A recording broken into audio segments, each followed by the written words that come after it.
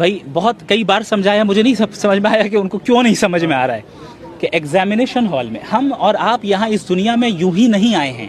ہمارا world view, تھیسٹک world view یہی ہے.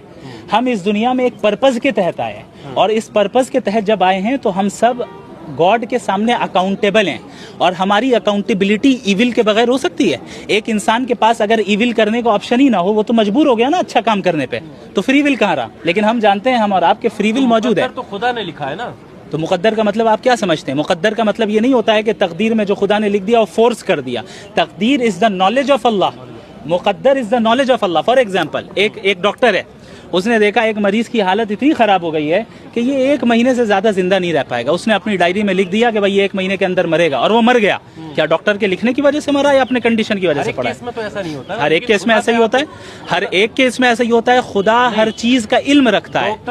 ڈاکٹر میں اور گوڈ کی فرق ہے, کوئی تشبیہ نہیں ہے دونوں کے درمیان. لیکن مثال آپ کو سمجھانے کے لیے دے رہا ہوں, آپ اس کو پکڑ لے رہے ہیں, لیکن آگے جو میں کہہ رہا ہوں وہ نہیں سمجھ رہے.